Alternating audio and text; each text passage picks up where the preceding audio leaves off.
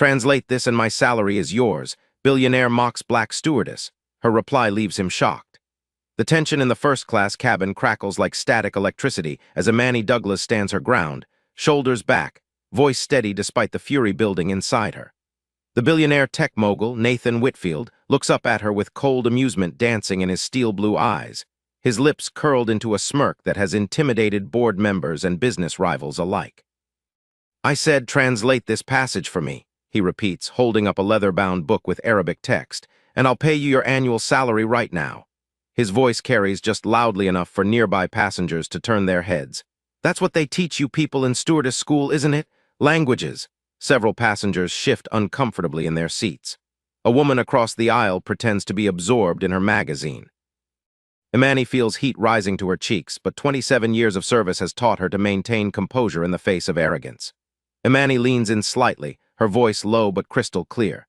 "Sir, I speak 4 languages fluently: French, Spanish, Italian, and the language of respect, which unfortunately seems to be foreign to you."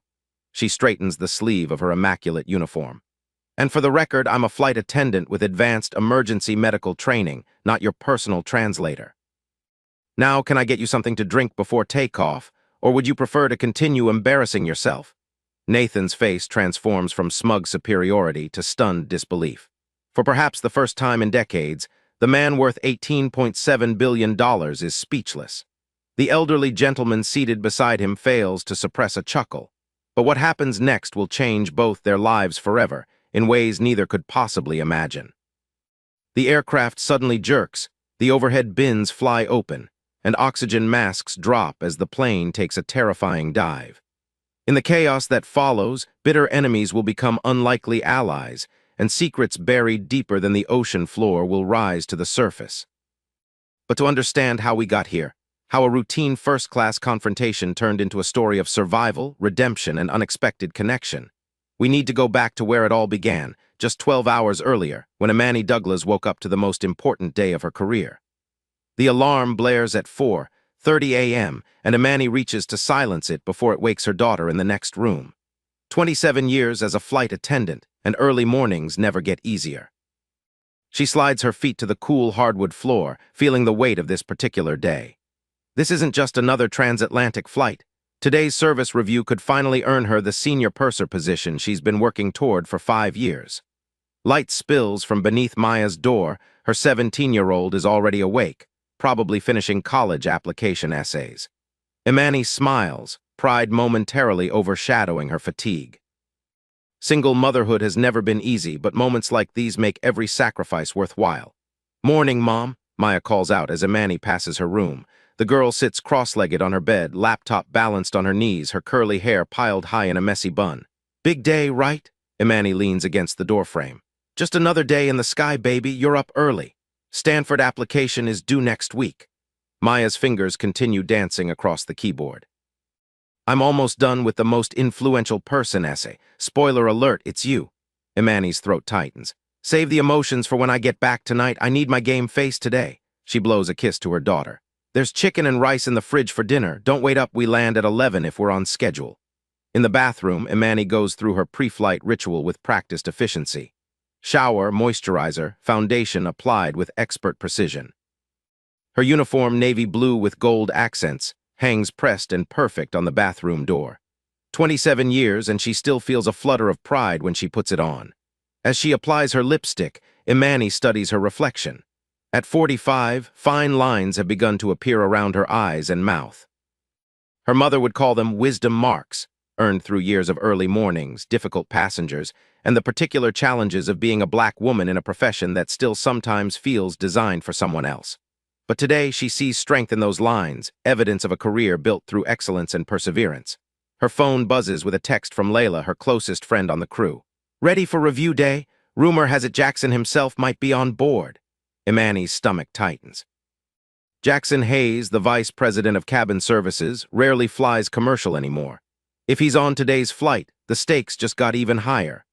"Ready as I'll ever be," she types back, adding a confident emoji that doesn't quite match the flutter of nerves in her chest. Across town, in a penthouse overlooking Central Park, Nathan Whitfield steps out of his shower onto heated marble floors. At 53, his body remains as disciplined as his mind, the result of personal trainers, nutritionists, and the unrelenting drive that built Whitfield Technologies from a garage startup to a global empire. His valet, Marcus, has already laid out his clothes, a charcoal Tom Ford suit, crisp white shirt, and a tie the exact blue of the Whitfield Technologies logo. Nathan dresses mechanically, his mind already processing the day ahead. The board meeting in London tomorrow could determine the future of his company. The takeover of SynergySoft has been met with resistance, both internal and external, but Nathan hasn't built his fortune by backing down from a fight. "Your security detail is ready, sir," Marcus says from the doorway. "The car will be out front in 20 minutes. Would you like breakfast before you leave?" Nathan checks his watch, a rare vintage Patek Philippe worth more than most people's homes. "Just coffee, black." He doesn't look up as Marcus nods and disappears. Alone again, Nathan moves to the floor-to-ceiling windows that showcase his domain. Morning light gilds the Manhattan skyline, the city already pulsing with energy far below. For a moment, something like emptiness echoes through him, a familiar void that neither acquisitions nor accolades seem to fill anymore. He dismisses the feeling as quickly as it comes. Sentiment is a luxury he abandoned long ago, along with the wide-eyed idealism of his youth. The world respects power and results, not feelings. And today, like every day for the past 30 years, Nathan Whitfield intends to prove why he's the most powerful man in any room he enters. His phone rings, his executive assistant, Jessica. The London office sent over the updated projections for the SynergySoft integration. They're not as favorable as we hoped. Nathan's jaw tightens. "Send them to my secure email. I'll review them on the flight." He ends the call without waiting for a response, a habit that Jessica has learned to accept over her 8 years working for him. In the kitchen, Nathan takes the coffee Marcus has prepared and scrolls through the morning's headlines on his tablet. Most are financial, but one from a technology blog catches his eye. "Is Whitfield's empire beginning to crumble?" The article questions whether his aggressive acquisition strategy is sustainable, especially with the rising tide of antitrust sentiment in Washington. Nathan closes the browser with a flick of his finger. Journalists, always looking for cracks in the armor, always hoping to witness the fall of giants. They've been predicting his downfall for decades, yet here he stands, more powerful than ever. His phone buzzes again, a text from his daughter, Sophia. "Good luck in London, Dad. Call when you land." Nathan stares at the message, unsure how to respond. At 22, Sophia remains an enigma to him, stubbornly pursuing a career in environmental law instead of taking her rightful place at Whitfield Technologies, choosing a modest apartment in Brooklyn over the luxury he offers. Their relationship has been strained since her mother died 7 years ago, the gulf between them widening with each passing year. "Will do," he finally types back, adding nothing more. What else is there to say? That he misses her, that he wishes things were different between them. Nathan Whitfield doesn't deal in wishes. He deals in reality, in concrete actions and measurable results. And right now, reality demands his full attention on the SynergySoft acquisition. Marcus appears at the doorway. "Sir, your car is ready." Nathan nods, downs the last of his coffee, and grabs his carry-on, a handcrafted leather bag that has accompanied him on countless journeys. He doesn't look back as he leaves the penthouse, already mentally preparing for the battles ahead. Brace, brace. Imani calls out as the ground approaches rapidly. Nathan follows her instructions, folding his tall frame into the recommended position. In the final moments before impact, an unexpected calm washes over him, not acceptance of fate, but a sudden, crystal-clear understanding of what matters. Not the SynergySoft acquisition, not Martin Harrison's power plays, not even Whitfield Technologies itself. Just Sophia, just making things right with his daughter. The aircraft hits the runway hard, bouncing once before settling onto the tarmac with a screech of protesting tires. The reverse thrusters roar as Captain Chen attempts to slow their momentum on the rain-slicked runway. For a moment, it seems they've made it, the worst is over. Then a horrifying sound tears through the cabin as the aircraft veers sharply to one side. Metal screams against concrete as the landing gear on one side collapses under the strain. "Stay down, stay in brace position." Imani shouts over the cacophony. The world tilts as the aircraft slides sideways, finally coming to a shuddering stop halfway off the runway. Silence falls for one breathless moment before emergency alarms begin blaring throughout the cabin. "Evacuate! Evacuate!" Imani's voice cuts through the chaos. "Leave everything behind. Move to the nearest exit." Nathan unfolds from his brace position to find the cabin filled with smoke. Emergency lights illuminate a surreal scene, oxygen masks dangling uselessly now, luggage spilled from overhead bins. passengers emerging from brace positions with shocked expressions. Imani is already in motion, directing people toward the emergency exits where evacuation slides are deploying. This way, move quickly but don't push. Help each other.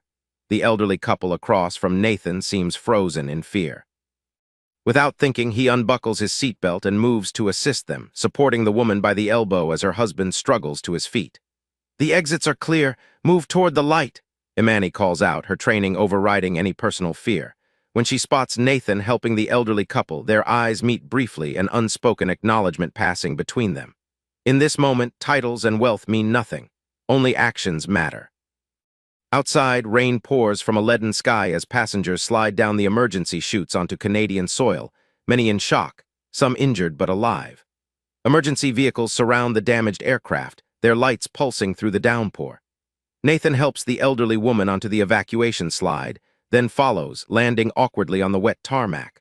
All around him, strangers embrace in relief, crew members count passengers, and first responders rush to attend to the injured. He searches the crowd until he spots Imani, directing passengers toward waiting buses. Her uniform is smudged with soot, her composed expression finally showing cracks of exhaustion and residual fear. Yet still she works, still she puts others first. In this moment, watching her from a distance, Nathan Whitfield, billionaire, titan of industry, named most influential tech leader 3 years running, recognizes that he has encountered something his money can't buy and his power can't command. Genuine character. What happens next will surprise both of them, as the forced intimacy of survival creates unexpected connections and revelations. The journey that began with confrontation at 38,000 feet is far from over, in many ways. It's just beginning. Before you see how this ends, make sure you're subscribed to catch the remarkable transformation that unfolds when a billionaire and a flight attendant find themselves stranded together in a remote Canadian town, stripped of the artificial barriers that separated them. The Gander Emergency Response Team operates with well-rehearsed efficiency, directing passengers to a fleet of school buses waiting to transport them from the rain-soaked tarmac. Shock blankets are distributed, preliminary medical assessments conducted, names checked against the flight manifest to ensure everyone made it off the aircraft safely. Nathan finds himself herded along with everyone else, a novel experience for a man accustomed to separate treatment. His security detail, seated in business class, locate him amid the confusion, but even they can't manifest the private transportation and exclusive accommodations that would typically shield him from such situations. On the bus, Nathan sits beside the elderly couple he helped evacuate, listening as they talk about their grandchildren in London, the anniversary celebration now indefinitely postponed. Their resilience impresses him. They've just survived a near-death experience, yet their concern is for disappointing family members waiting across the ocean. Through the rain-streaked windows, Nathan watches emergency vehicles surrounding the damaged aircraft. One wing dips toward the ground where the landing gear collapsed, and even from this distance, the severity of their situation is clear. They won't be continuing to London anytime soon. His phone has no service here in this remote corner of Newfoundland. The isolation feels both threatening and strangely liberating. For the first time in decades, Nathan Whitfield is unreachable, his carefully structured world temporarily suspended. At the front of the bus, Imani stands with a clipboard, conferring with airport officials. Even now, she projects calm authority, though Nathan notices the slight tremor in her hands, the smudge of soot across one cheekbone, small signs of the ordeal they've all endured. The buses transport them to Gander International Airport's main terminal, a modest facility never designed to accommodate an entire wide-body aircraft's worth of stranded passengers. Inside, the scene borders on chaotic airline representatives attempting to organize accommodations, passengers demanding information about rescheduled flights, medical personnel treating those with minor injuries. Jackson Hayes appears at Nathan's elbow, somehow having maintained his pressed appearance despite the evacuation. "Mr. Whitfield, I've spoken with our ground team. We're arranging private accommodations for our first-class passengers. If you'll come with me, what about everyone else?" Nathan asks, the question surprising even himself. Hayes blinks. "Well, the airline is working with local hotels, but Gander is a small community. Some passengers may need to stay in emergency shelters until alternative transportation can be arranged." Nathan finds his gaze drawn to Imani again. She's helping a mother with a young child, producing a stuffed animal from somewhere to distract the frightened toddler. The simple act of kindness amid crisis strikes him more powerfully than it should. "Mr. Whitfield," Hayes prompts, "if you'll follow me, we have a car waiting." An uncharacteristic impulse seizes Nathan. "I think I'll stay here a bit longer, see how things develop." Hayes' carefully neutral expression slips momentarily, revealing surprise. "As you wish, sir. I'll let our team know where to find you when your accommodations are ready." Left alone, Nathan moves through the terminal, observing the makeshift community forming among the survivors. Strangers share phone chargers and offer comfort to those more shaken by the experience. A group of locals has arrived with coffee and homemade sandwiches, distributing them freely among the stranded passengers. It's a side of humanity Nathan rarely witnesses from his position of privileged people at their most vulnerable, yet also at their most connected. No one here cares about his net worth or his company's stock price. The usual barriers of status and wealth have temporarily dissolved in the wake of shared survival. Across the terminal, Captain Chen addresses a group of passengers, explaining the technical issue that forced their emergency landing, a catastrophic pressure seal failure that could have been far deadlier had it occurred over the middle of the Atlantic. Nathan listens with growing appreciation for the skill that brought them safely to ground. A commotion near the airline desk draws his attention. A red-faced businessman, Nathan recognizes him from business class, is berating a harried airline representative. "This is completely unacceptable," the man shouts. "Do you have any idea who I am? I have meetings in London that cannot be postponed." The airline representative, clearly overwhelmed, attempts to placate him. "Sir, we understand your frustration, but this is an emergency situation. We're doing everything possible to— Your everything isn't good enough. I demand private transportation immediately." Nathan watches as Imani approaches the escalating situation. Despite having been through the same ordeal as everyone else, she steps in with professional composure. "Sir," she addresses the angry passenger, "I understand your frustration completely. The situation is unprecedented and your meetings are important." Her validation of his feelings immediately lowers the man's volume, though his expression remains stormy. "Our team is working to secure alternative transportation for all passengers, but with over 300 people affected, it will take time. Perhaps we could help you set up a video conference for your most urgent meetings." The simple, practical suggestion, and the dignified way it's offered, deflates the man's anger. "Ah yes, that might work for tomorrow's meeting at least." "Excellent. Let me find someone who can help you with the technical setup." Imani guides him toward a different airline representative, diffusing what had been about to become an ugly scene. Nathan finds himself moving toward her as she turns away from the now calm passenger. "Impressive handling of that situation," he comments. Imani looks up, surprise crossing her features at finding Nathan Whitfield standing before her, making what sounds remarkably like a compliment. "Just part of the job, Mr. Whitfield. A job that apparently includes emergency management, conflict resolution, and childcare in addition to your regular duties," Nathan observes. "I'm beginning to think I underestimated the scope of your qualifications." Something flickers in her eyes, wariness certainly, but also a hint of curiosity about this apparent shift in his attitude. "We all have hidden depths, Mr. Whitfield. Sometimes it takes unusual circumstances to reveal them." Before he can respond, an airline representative approaches Imani. "Ms. Douglas, we have a situation with accommodation assignments. Could you assist?" "Of course." She turns back to Nathan. "If you'll excuse me, duty calls." Nathan watches her walk away, struck by her continued dedication to service even after the traumatic landing. Most people would be focused solely on their own needs by now, yet she continues to put others first. As evening falls over Gander, the reality of their situation becomes clearer. No flights will leave until at least tomorrow, possibly longer. The aircraft requires significant repairs. Passengers are being distributed among local hotels, community centers, and private homes opened by generous residents. Jackson Hayes reappears, looking harried but professional. "Mr. Whitfield, we've secured a room for you at the best hotel in town. It's modest by your usual standards, but where are the crew staying?" Nathan interrupts. Hayes hesitates. "The crew will be at the airport inn about 2 miles from here."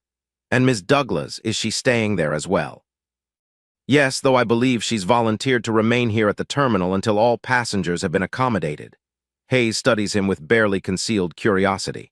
"May I ask why you're inquiring about Miss Douglas?" Nathan ignores the question. "I'd like to speak with her before I leave for the hotel." "I'll see if I can locate her for you," Hayes offers, clearly intrigued by this unexpected interest. Left alone again, Nathan contemplates his own behavior. Why is he suddenly so concerned with the whereabouts of a flight attendant he was needling just hours ago?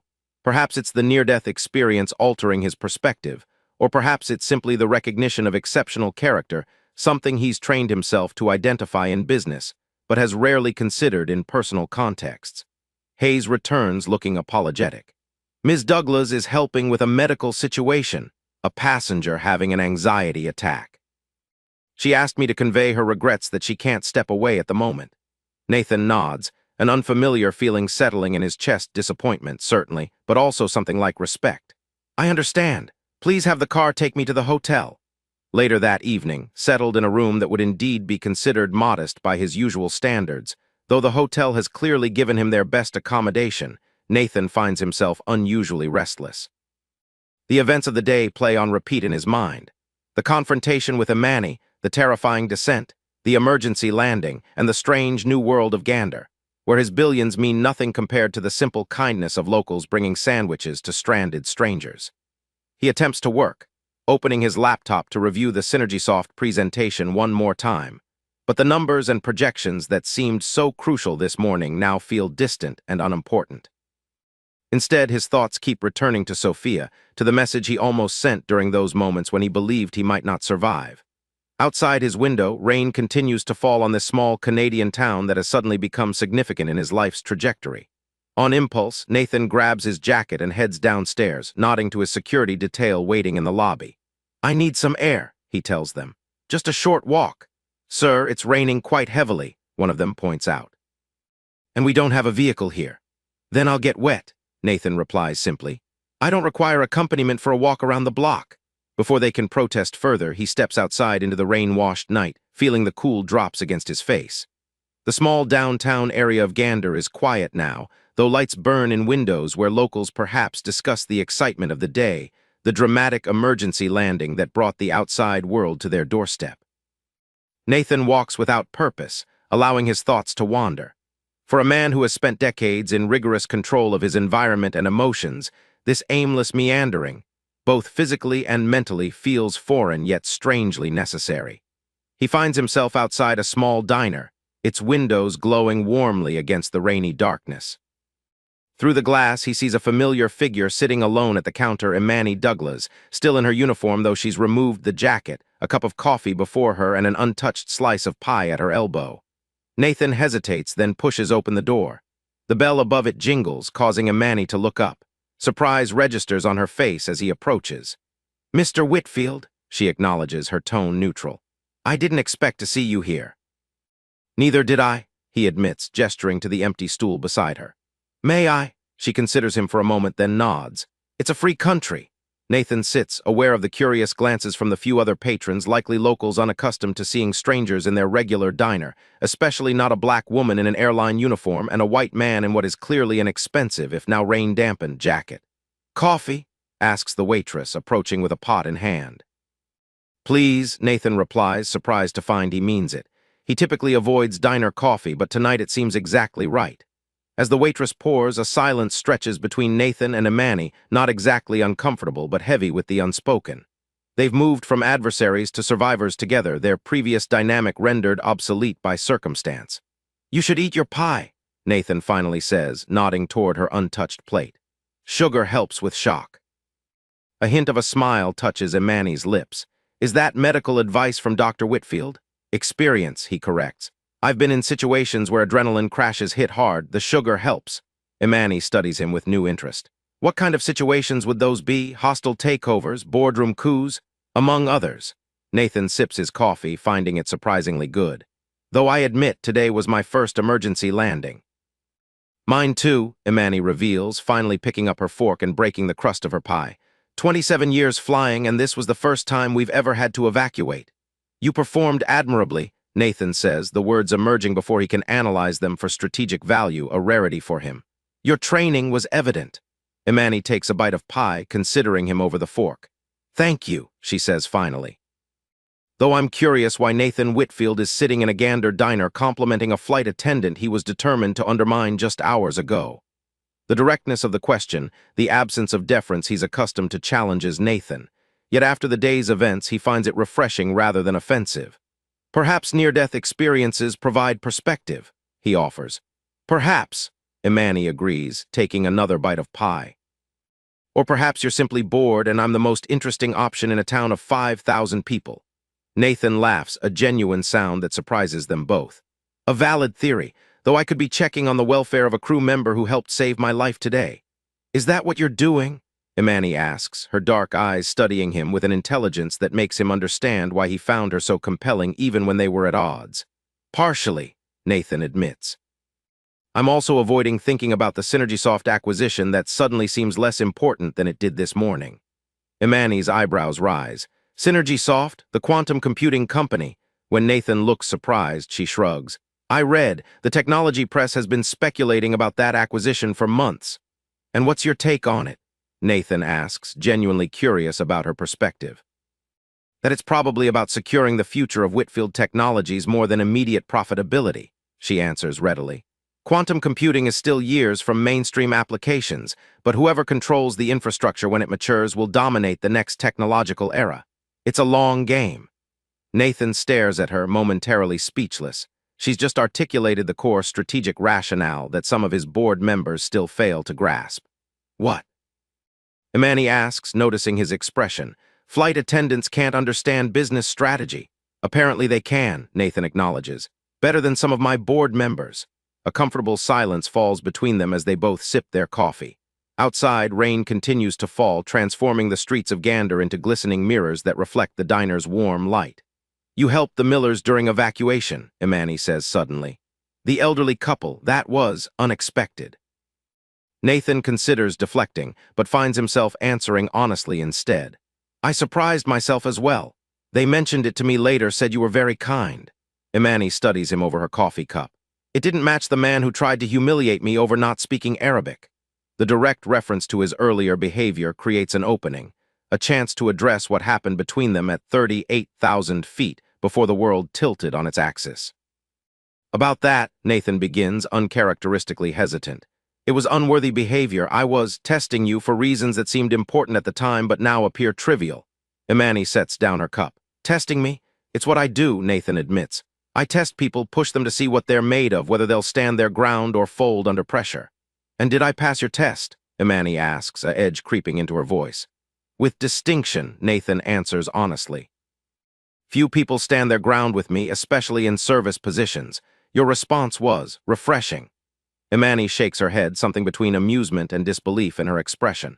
I can't decide if that's a compliment or an indictment of how you typically treat people.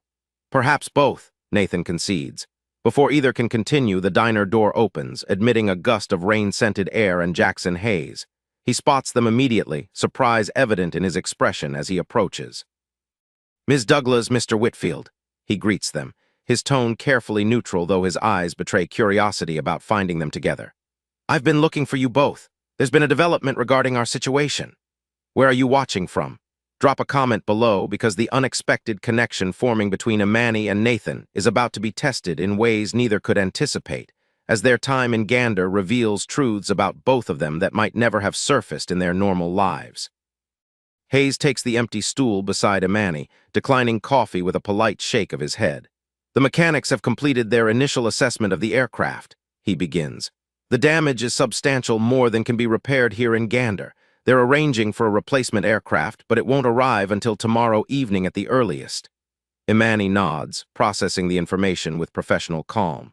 Have all the passengers been accommodated for the night?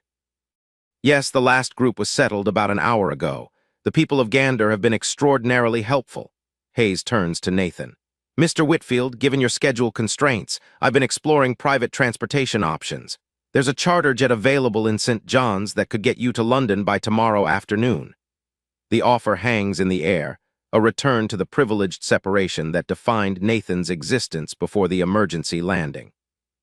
A day ago, he would have accepted without hesitation, viewing it as merely his due.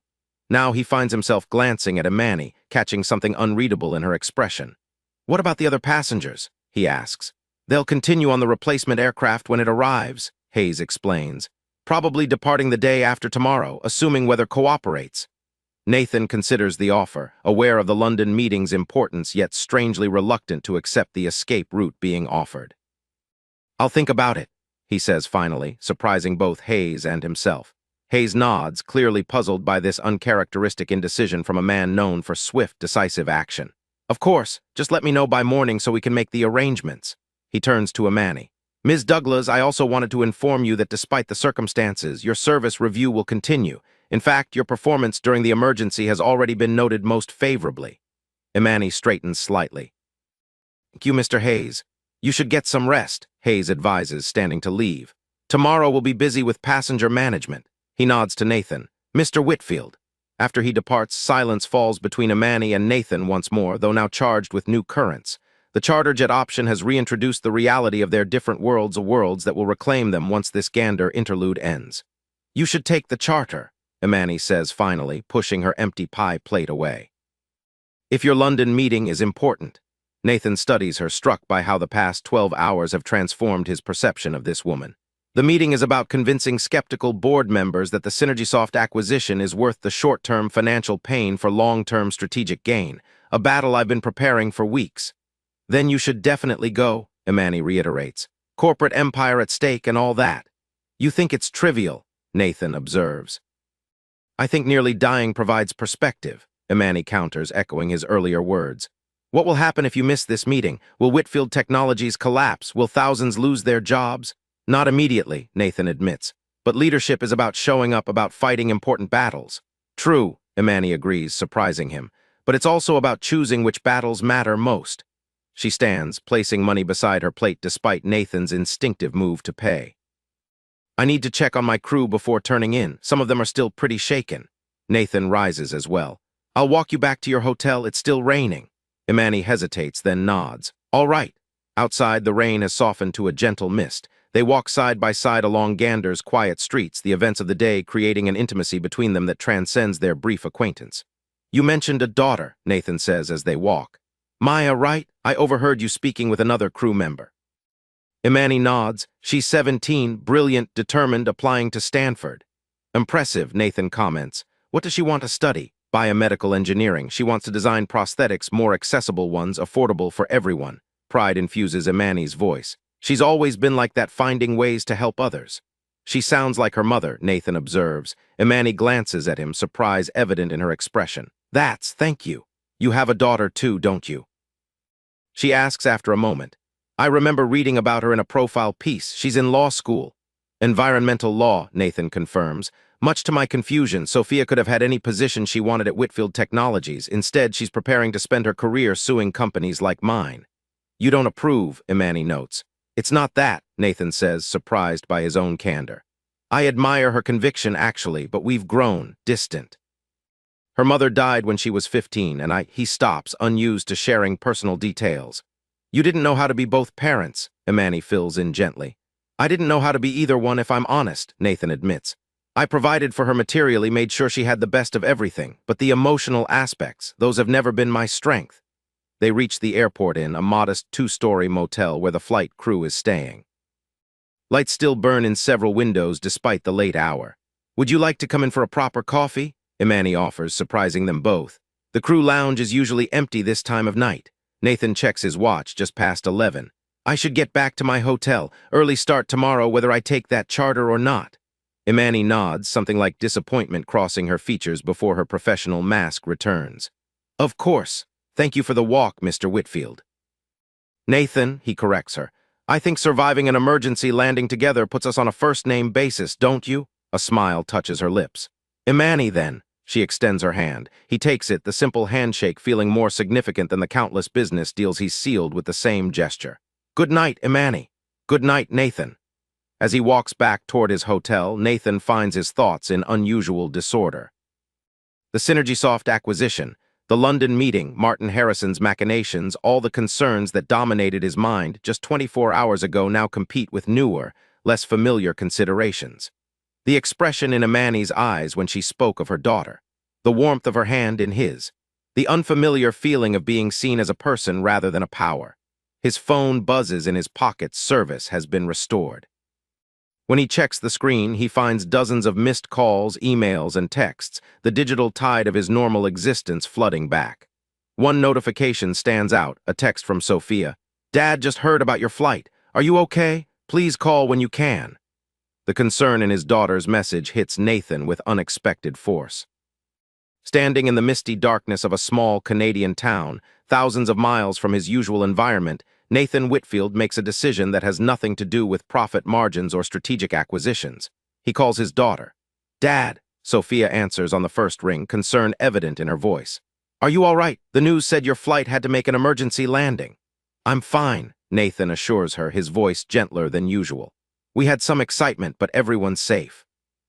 "We're in Gander, Newfoundland." "Gander, how long will you be there?" "That's what I'm calling about," Nathan says, making his decision as the words form. "I'm going to miss the London meeting. I thought maybe I could come to New York instead. See you." The silence that follows speaks volumes, Sophia's shock at this unprecedented prioritization of personal connection over business. "Really?" she finally asks, disbelief and something like hope mingling in her voice. "What about the SynergySoft thing?" "I thought it was critical." "It is important," Nathan acknowledges, "but not as important as some other things I've been neglecting." He pauses, pushing himself beyond his usual emotional boundaries. "Today made me realize I don't want to waste any more time on what doesn't truly matter." "Dad, are you sure you're okay?" Sophia asks, only half joking. "You sound different." "Nearly dying will do that," Nathan says with unexpected lightness. "Let's just say I've had an educational day." "I'd like to hear about it," Sophia says softly. "All of it." "You will," Nathan promises, "as soon as I can get out of Gander and back to civilization." After ending the call, Nathan continues his walk back to the hotel, the night around him somehow brighter despite the darkness. For the first time in years, perhaps decades, he feels unburdened, as if the emergency landing stripped away layers of artifice and pretension, leaving only what truly matters. And what truly matters, he now realizes, has very little to do with the concerns that have consumed his life for so long.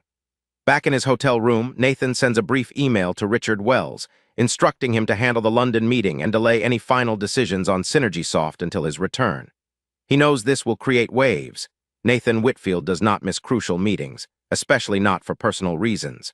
But tonight, the potential consequences seem distant and unimportant. Instead, he finds himself thinking about Imani Douglas, her composure during crisis, her unwavering dedication to others, her sharp intelligence that saw through his testing to the insecurity beneath. In her, he recognizes a kind of authentic strength that has nothing to do with power or position, a strength built through years of service rather than domination. As he finally drifts towards sleep, Nathan wonders what tomorrow will bring in this small town where his billions mean nothing, and a flight attendant's true character means everything. Whatever happens, he suspects Gander will represent a turning point in his life, a dividing line between the man he was and the man he might yet become. In the morning, sunlight replaces yesterday's rain, transforming Gander into a postcard-perfect small town. The main street bustles with activity as locals go about their daily routines while accommodating the unexpected influx of stranded passengers. Nathan finds himself joining other passengers for breakfast at a local diner, another novel experience, sitting among strangers at a communal table, listening to conversations about hometowns and interrupted travel plans. His security detail watches from a nearby table, clearly uncomfortable with this unprecedented mingling. Midway through his surprisingly excellent blueberry pancakes, Nathan spots Imani entering the diner. She's in civilian clothes today, jeans and a simple blue sweater that somehow makes her look both younger and more approachable than her uniform did. Their eyes meet across the crowded space, and she offers a small smile before making her way toward him. "Good morning," she greets him, sliding into an empty chair at his table. "I hear you declined the charter to London." News travels fast in small towns, especially among airline personnel. "I did," Nathan confirms. "Some priorities have shifted." Imani studies him with those perceptive eyes that seem to see more than he intends to reveal. "Good for you," she says finally. Before they can continue their conversation, a commotion at the diner's entrance draws their attention. Jackson Hayes enters, accompanied by a local official and a film crew from what appears to be a news station. "What's happening?" Nathan asks as Hayes spots them and makes his way over. "Mr. Whitfield, Ms. Douglas." Hayes greets them, professional enthusiasm evident in his voice. The mayor would like to hold a small ceremony thanking the flight crew for their handling of yesterday's emergency. The local news is covering it. He turns specifically to Imani. As our most senior crew member present, we'd like you to say a few words on behalf of the team. Imani straightens, surprise and pride warring on her features. Of course, Mr. Hayes, when is this happening? In about an hour at the town hall. Hayes glances at Nathan. Mr. Whitfield, the mayor would be honored if you would also say a few words as a representative of the passengers. Nathan's instinctive response is refusal. He avoids press opportunities unless they directly benefit Whitfield Technologies, but something in Imani's expression stops him. I'd be happy to, he hears himself saying. After Hayes departs to inform other crew members, Imani turns to Nathan with raised eyebrows. That was unexpected. I thought billionaires avoided small-town press events. Generally we do, Nathan agrees with a hint of humor. But these are unusual circumstances. Indeed they are, Imani says, rising from the table. I should go prepare some remarks and check on my crew. See you at town hall? Nathan nods, watching her leave. The woman continues to intrigue him, her natural leadership evident even in this brief interaction. An hour later, Nathan finds himself standing before Gander's modest town hall, where a crowd has gathered despite the short notice. Local residents mix with stranded passengers, an atmosphere of celebration replacing yesterday's crisis response. Inside, the mayor, a jovial man with a thick Newfoundland accent, welcomes them warmly. We're just glad everyone's safe, he tells Nathan privately. Gander has a history of helping stranded travelers. Back on 9/11, we had thousands of passengers diverted here. Helping folks in need is part of who we are. The ceremony itself is brief but heartfelt. Captain Chen receives a certificate of appreciation from the town, which he accepts with modest dignity. Then Imani is called forward to speak on behalf of the cabin crew. She steps to the microphone with natural poise, her presence commanding the room's attention without effort. Thank you, Mayor Simmons and people of Gander, for your extraordinary hospitality. What could have been a traumatic experience has instead become a demonstration of human kindness and community spirit. As she continues speaking, eloquently and without notes, Nathan finds himself admiring not just her composure, but the genuine warmth she extends to this small community that has embraced them in crisis. There's no artifice in her gratitude, no political calculation in her words. Yesterday reminded all of us what truly matters, she concludes. Not our destinations or our differences, but our shared humanity and the connections we forge in moments of truth. On behalf of the entire crew, thank you for showing us the best of that humanity. The applause that follows is genuine and enthusiastic. As Imani steps back, her eyes briefly meet Nathan's, and something passes between them, a shared understanding that transcends their different worlds. When it's Nathan's turn to speak, he approaches the microphone with uncharacteristic humility. Public speaking is nothing new to him. He's addressed shareholders, industry conferences, and global forums countless times. But those speeches were always calculated, designed to advance specific agendas. This feels different. I had a speech prepared for London tomorrow, he begins, earning a chuckle from the crowd, about strategic vision and long-term thinking. But standing here in Gander, after what we all experienced yesterday, those prepared remarks seem inadequate. He pauses, searching for words that feel authentic rather than strategic. Yesterday, I witnessed exceptional courage and professionalism from Captain Chen and his crew, particularly from Ms. Douglas, whose calm leadership during evacuation quite possibly saved lives. Nathan's gaze finds Imani in the crowd, surprise evident in her expression at this public acknowledgement. But I also witnessed something equally remarkable after we landed, the immediate, unquestioning generosity of this community. You opened your homes, shared your food, offered comfort to strangers without hesitation. He feels something shift within himself as he continues, a wall crumbling, a perspective changing. In my world, transactions usually come with expectations of return. Relationships are strategic. Value is measured in market capitalization. But here in Gander, I've been reminded of a different kind of value, one based on simple human connection and genuine care for others. The words flow naturally now, unplanned yet true. So while I thank you for your hospitality, I also thank you for a more important gift perspective. A reminder that the truly valuable things in life can't be bought, sold, or traded on any exchange. As Nathan concludes his remarks, the applause seems to come from a distance, as if he's observing himself from outside, this unfamiliar version of Nathan Whitfield speaking from the heart rather than the balance sheet. After the ceremony, as the crowd disperses, Imani approaches him. That was quite a speech from a man who yesterday was testing flight attendants on their language skills, she observes, though her tone holds more warmth than criticism. As I said, perspective, Nathan replies. Though I have you partly to thank for that. Me? Imani looks genuinely surprised. Your response to my testing showed integrity, something surprisingly rare in my experience. Nathan hesitates, then continues with uncharacteristic candor. And your handling of the emergency demonstrated a kind of leadership I respect, one based on service rather than power. Imani studies him, something thoughtful in her expression. People can surprise you if you give them the chance. So I'm learning. Nathan glances at his watch. Would you have time for lunch? There's something I'd like to discuss with you. Curiosity flickers across Imani's features. I have a crew meeting at 2, but I'm free until then. They find a small cafe a few blocks from Town Hall, settling at a corner table away from the curious glances of other patrons. Imani orders a sandwich. Nathan chooses soup, the simple meal a far cry from his usual carefully curated dining experiences. So, Imani says after they've ordered, what did you want to discuss? Nathan considers his approach. In business, he would have prepared thoroughly, gaming out the conversation from multiple angles, but this isn't business, at least not entirely. I've been thinking about your daughter, he begins. Maya applying to Stanford for biomedical engineering. Surprise registers on Imani's face. Yes, Whitfield Technologies has a substantial endowment at Stanford, Nathan continues, including a scholarship program for promising students in STEM fields, particularly those with innovative ideas for accessible technology. Understanding dawns in Imani's eyes, quickly followed by wariness.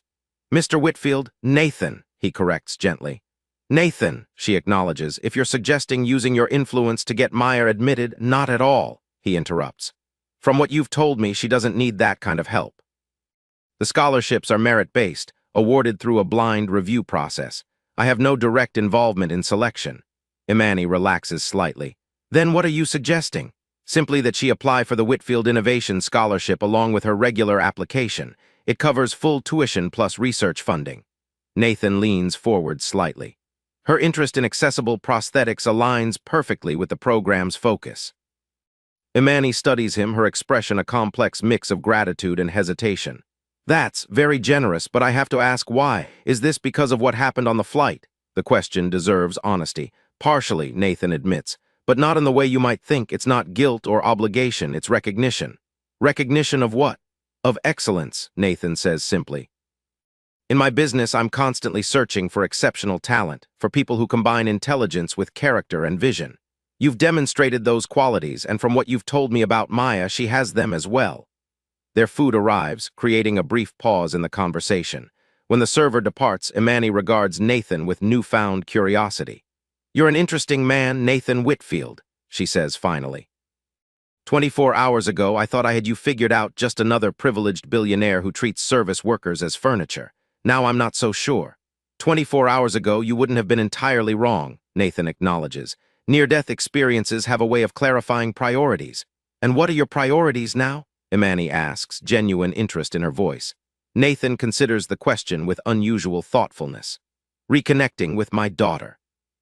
Reevaluating some aspects of how I conduct business, and perhaps, he hesitates then continues, being more mindful of the human element in all interactions. Ambitious goals, Imani observes with a small smile. I've always been ambitious, Nathan returns her smile, just usually in more quantifiable directions. They eat in comfortable silence for a few moments, the events of the past day creating an unexpected intimacy between them. I called Sophia last night, Nathan says eventually. My daughter. For the first time in years, we had a conversation that wasn't strained or formal. I'm going to visit her in New York instead of continuing to London. That's good, Imani says warmly. She must have been worried after hearing about the flight.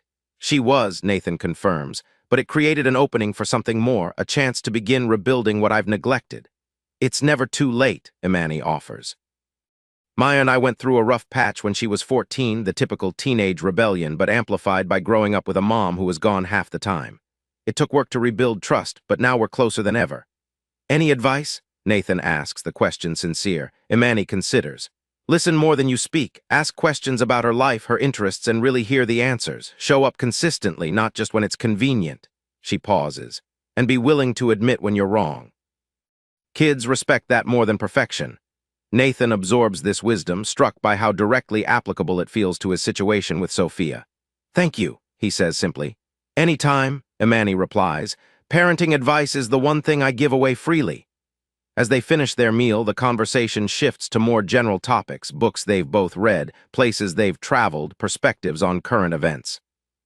Despite their vastly different lives, Nathan finds a surprising alignment in their viewpoints on many subjects, a shared intelligence and curiosity that transcends their different backgrounds.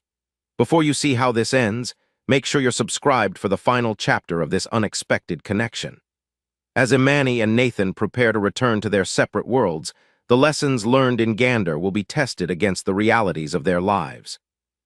Will this brief but profound intersection of their paths lead to lasting change, or will the old patterns reassert themselves once the crisis has passed?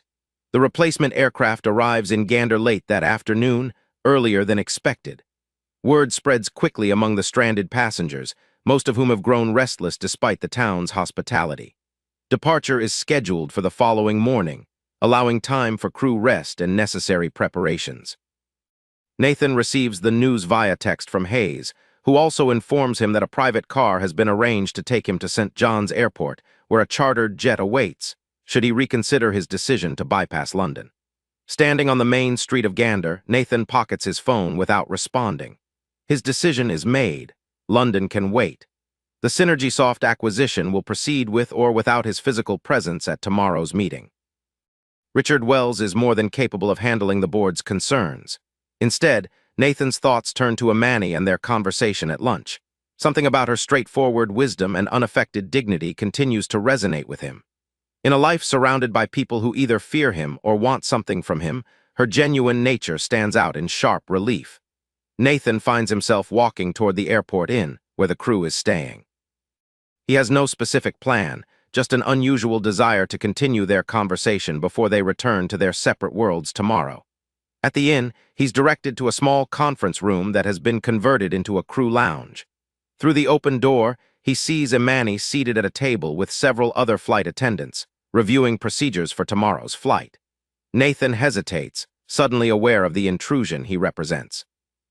These are professionals doing their jobs, and his presence, with all the weight of his position and wealth, could disrupt their necessary preparations. As he turns to leave, Imani glances up and notices him. She excuses herself from the meeting and joins him in the hallway. "Nathan," she greets him with evident surprise. "Is everything all right?" "Yes, he pauses, uncharacteristically uncertain. "I wanted to thank you again for our conversation earlier. It was enlightening." Imani studies him with those perceptive eyes that seem to see beyond his carefully constructed facade. "You're welcome, though I'm guessing you didn't come all the way over here just to say thank you." Nathan acknowledges this with a slight nod. "I was hoping we might continue our discussion, but I see you're busy with crew preparations." "We're almost finished," Imani says. "Give me 20 minutes. "Of course," Nathan agrees, relieved by her willingness to make time for him despite her professional obligations. While waiting, Nathan steps outside, breathing in the crisp Canadian air. His phone buzzes again, Richard Wells calling from London. This time he answers. "Nathan, where the hell are you?" Richard demands without preamble. "The board is assembling as we speak, and Harrison is already positioning to delay the SynergySoft vote." "I'm still in Gander," Nathan replies calmly. "As I mentioned in my email, I'm not coming to London. You'll need to handle the meeting." "Are you serious?" Richard's voice rises in disbelief. "This is the most significant acquisition since you took over as CEO. Harrison will use your absence as proof that you're losing your edge." "Let him try," Nathan says, surprising himself with his detachment from concerns that would have consumed him just days ago. "The acquisition makes strategic sense regardless of who presents the case. The numbers support it, the technology alignment is clear, and the long-term growth potential is undeniable." "That's all true," Richard concedes, "but you know this isn't just about the facts. It's about perception, about confidence in leadership. Your absence sends a message." "Yes, it does," Nathan agrees. "It sends the message that I trust my executive team to execute on our strategy, and that I understand there are occasionally more important priorities than being physically present at every meeting." A long silence follows as Richard absorbs this uncharacteristic perspective from his typically micromanaging CEO. "Are you sure you're all right?" he finally asks. "This doesn't sound like you." "I'm fine, Richard, better than fine, actually." Nathan watches as a family walks past, the parents swinging a laughing child between them. "Let's just say I've had a clarifying experience." After ending the call, Nathan notices Imani emerging from the inn. She's changed into jeans and a red sweater, her natural beauty more evident without the formality of her uniform. "All set," she says, approaching him. "My crew can handle the rest of the preparations. Where would you like to go?" "Is there somewhere quiet we could walk?" Nathan suggests. "I've spent enough time in restaurants and conference rooms lately." Imani nods. "There's a nice trail along the lake just outside town. It should be quiet this time of day." They walk in comfortable silence through Gander's residential streets, gradually leaving the small town behind as they approach the lakeshore. The late afternoon sun casts a golden glow across the water, a gentle breeze rippling its surface. "It's beautiful here," Nathan observes, surprised by how much he means it. He typically views natural landscapes as backgrounds for luxury resorts or opportunities for resource development, not as entities worthy of appreciation in themselves. "It is," Imani agrees. "I've flown over Newfoundland countless times, but never imagined I'd actually visit. There's something special about this place, a simplicity that makes you reconsider what's necessary." "I've been doing a lot of reconsidering lately," Nathan admits as they follow the shoreline path. "About business, about family, about what constitutes success." Imani glances at him. "That's quite a philosophical turn for someone Forbes described as relentlessly focused on market dominance." Nathan laughs. "You've read my press." "I was curious," Imani acknowledges with a small smile. "After our encounter on the plane, I looked you up while on break. The articles paint quite a picture: technological visionary, ruthless negotiator, modern Midas." "The media loves their narratives," Nathan says dryly. "Though I can't claim they're entirely wrong." "And which narrative is closest to the truth?" Imani asks, her question direct but not confrontational. Nathan considers this thoughtfully. "All of them in parts. I am focused on building something lasting. I can be ruthless when necessary, and I've created substantial wealth."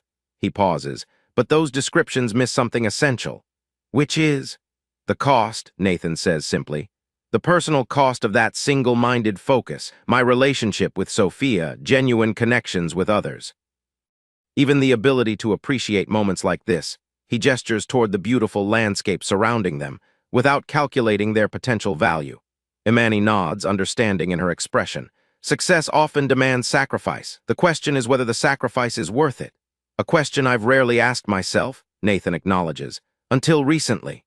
They reach a small wooden dock extending into the lake, deserted now as evening approaches. By unspoken agreement, they walk to its end and sit, feet dangling above the water like children rather than a corporate titan and a seasoned airline professional. "What about you?" Nathan asks after a moment. "Any regrets about your career path?" Imani considers the question seriously. "There have been challenges," she admits. "Raising Maya while flying international routes required sacrifices from both of us, and there's still discrimination in the industry, subtle usually, but present. Like passengers assuming you couldn't possibly speak multiple languages," Nathan suggests, referencing his own behavior with appropriate self-awareness. Imani gives him a wry smile. "Among other things, but regrets? No, not really. I've seen more of the world than most people dream of. I've met fascinating individuals from every culture and background. And I've had the privilege of being there for people during some of their most vulnerable moments. Whether that's a medical emergency at 38,000 feet or simply a first-time flyer terrified of turbulence." Her perspective strikes Nathan deeply, the genuine satisfaction she takes in service, so different from his own measurement of success through domination and acquisition. "You're remarkable, Imani Douglas," he says quietly, "in ways I suspect you don't fully recognize." Surprise flickers across her features. "That's quite a statement from Nathan Whitfield." "I mean it," Nathan insists. "I've built my career on identifying exceptional talent and potential. It's clear to me that your abilities far exceed your current position, and I say that with newfound respect for that position." Imani studies him, wariness returning to her expression. "If this is leading to some kind of job offer—" "It's not," Nathan interrupts gently. "Though Whitfield Technologies would be fortunate to have someone of your caliber, this is simply recognition from one professional to another." The tension in Imani's shoulders eases. "Thank you. That means more than you might realize." They sit in companionable silence as the sun begins its descent toward the horizon, painting the sky in vibrant oranges and pinks. The peaceful moment feels surreal after the crisis that brought them to this place, a gift neither expected. "Spoke with Hayes earlier," Imani says eventually. "He mentioned that my performance review was completed this afternoon. I've been recommended for the senior purser position." "Congratulations," Nathan says warmly. "Well deserved from what I've observed." Thank you, Imani smiles, genuine pleasure in her expression. It's been a long time coming. What does the promotion mean for you, practically speaking? Better pay, more consistent scheduling, greater input on crew assignments, Imani explains. And it puts me on track for management positions if I decide to transition from flying. Is that your goal? Nathan asks. Management? Imani considers this. Eventually, perhaps, I'd like to help shape policy, improve working conditions for crew members, but I'm not ready to leave the sky completely. There's still something magical about flight that hasn't diminished, even after 27 years. Nathan nods, understanding the attachment to one's craft. Despite the administrative demands of his position, he still finds time to work directly on technological development, the creative process that ignited his passion in the first place. What about you? Imani asks. After reconnecting with your daughter, what's next for Nathan Whitfield? The question catches him off guard. Few people ask about his personal aspirations rather than his business objectives. I'm not entirely sure, he admits. The Synergysoft acquisition will require significant integration work. Beyond that, he pauses, considering possibilities he's rarely allowed himself to contemplate. Perhaps exploring ways to align Whitfield Technologies' resources more directly with social benefit. That would be quite a pivot for a company known primarily for maximizing shareholder value, Imani observes without judgment. Not a complete pivot, Nathan clarifies, but an evolution. The technology sector has matured enough that pure growth is no longer sufficient justification for existence. Companies need purpose beyond profit, something I've historically dismissed as naive idealism. And now I'm reconsidering many things I previously dismissed, Nathan says, his gaze meeting hers directly, including the value of connections that have nothing to do with strategic advantage. The implication hangs between them, an acknowledgement of the unexpected bond that has formed during their brief time in Gander. Neither speaks for several moments, the significance of this admission settling in the space between them. Finally, Imani breaks the silence. We should head back. It's getting late and we both have early flights tomorrow. Nathan nods, though reluctance colors his agreement. As they rise and begin walking back toward town, he finds himself unwilling to let this connection end with their departure from Gander. Imani, he begins, uncharacteristic uncertainty in his voice. I'd like to stay in touch after we leave here, not for any professional reason, just. He pauses, searching for words that won't trivialize what he's trying to express. Just because something meaningful happened here, Imani completes his thought, understanding in her eyes. Exactly, Nathan confirms, relieved by her perception. Imani considers this for a moment before responding. I'd like that too, she says finally, though I'm not sure how our worlds would intersect under normal circumstances. They wouldn't, Nathan acknowledges. At least not as they're currently constructed, but perhaps that's something else worth reconsidering. As they walk back toward town, the first stars appearing in the darkening sky above them, both recognize that tomorrow will return them to their separate realities. Him to the rarefied world of corporate power, her to the demanding profession of sky service. Yet something has shifted in each of them, a perspective gain that can't be undone by distance or circumstance. In the morning, Nathan arrives at Gander Airport early, hoping to see Imani before boarding. The terminal buzzes with activity as passengers prepare for departure, relieved to be continuing their journeys after the unexpected detour. He spots her near the check-in counter, back in her immaculate uniform, directing passengers with calm efficiency. For a moment, he simply watches her work, appreciating the skill and dignity she brings to every interaction. When she notices him, her professional expression warms slightly. She excuses herself from her current task and approaches him. Good morning, she greets him. All set for your flight to New York. As ready as I'll ever be, Nathan replies, though I must admit Gander has grown on me. It has a certain charm, Imani agrees, though I imagine you'll be glad to return to civilization. Parts of it, Nathan acknowledges. Others I'm finding surprisingly overrated. Before Imani can respond, Jackson Hayes appears beside them, tablet in hand. Ms. Douglas, we're ready for pre-flight briefing, he says, nodding respectfully to Nathan. Mr. Whitfield, your private transportation to St. John's is waiting whenever you're ready. Thank you, Mr. Hayes. I'll be there momentarily, Imani responds professionally. As Hayes moves away, Imani turns back to Nathan. I should go. Safe travels to New York. Imani, Nathan says quickly, reaching into his jacket pocket. I have something for you. He extends a business card, not the standard Whitfield Technologies corporate card, but a simpler one with just his name and personal contact information. She accepts it, a question in her eyes. My private number and email, Nathan explains. Not for emergencies or business matters, just for continuing our conversation whenever you might wish to. Imani studies the card for a moment, then tucks it carefully into her pocket. Thank you, Nathan. She hesitates, then adds with a small smile, I might just use it. I hope you will. Nathan extends his hand, and when she takes it, he holds it a moment longer than a standard handshake would warrant. Thank you, Imani Douglas, for everything. Thank you as well, she replies, genuine warmth in her voice, for showing me that people can surprise you if you give them the chance. With that, she turns and walks toward her waiting crew, resuming her professional demeanor seamlessly. Nathan watches her go, aware that he's witnessing the extraordinary ability that defines her, moving between worlds with grace and authenticity, never losing herself in the transition.